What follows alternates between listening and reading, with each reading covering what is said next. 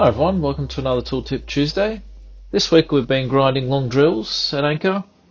Part of long drills, we tend to have coolant holes. So today I'm going to look at digitizing the coolant holes and some other features we have around coolant holes just as a refresher. The first thing you might notice here is that our point gashing there on the drill and the coolant holes there with the multi-drill gash don't all align. And that's because we haven't indexed the drill with respect to the coolant holes. So if we need to add our operation. We need to add it in the right spot. It really needs to go after digitizing the end of the tool.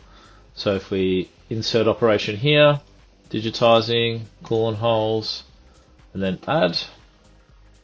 Let's see it calculate.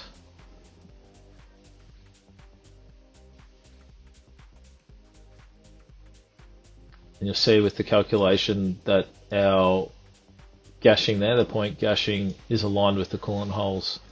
If we go into the operation, we have two coolant holes, no repeats, so you can actually repeat here the probing. We also look at the feed rate. You can increase the feed rate, but I mean for this purpose we'll just leave it as is. Also the angle as well.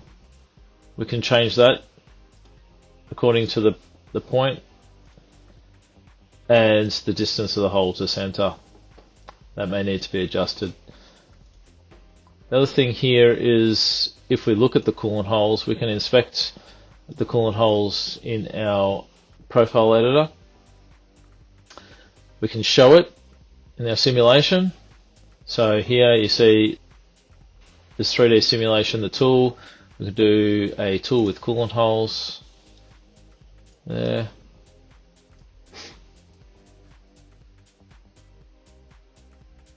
And this blank just had simple coolant holes, but we can also select different types of coolant holes depending on what type of coolant hole you have in your blank. We can also look at how these interact with the actual grinding process.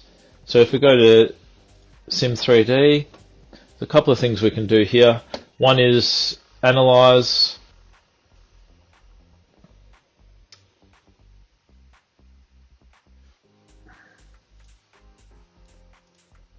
coolant holes, and this looks for the breach detection in the coolant holes. We're really mostly interested in the flute process and detecting breaches in the flute process.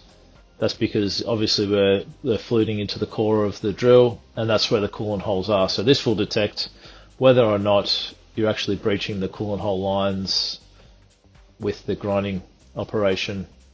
We can also display it as well if we want to. That's just under Tool. If we just change this from solid to transparent, we'll see the coolant holes in there. So just a few little tips there to analyze and work with coolant holes in a long drill.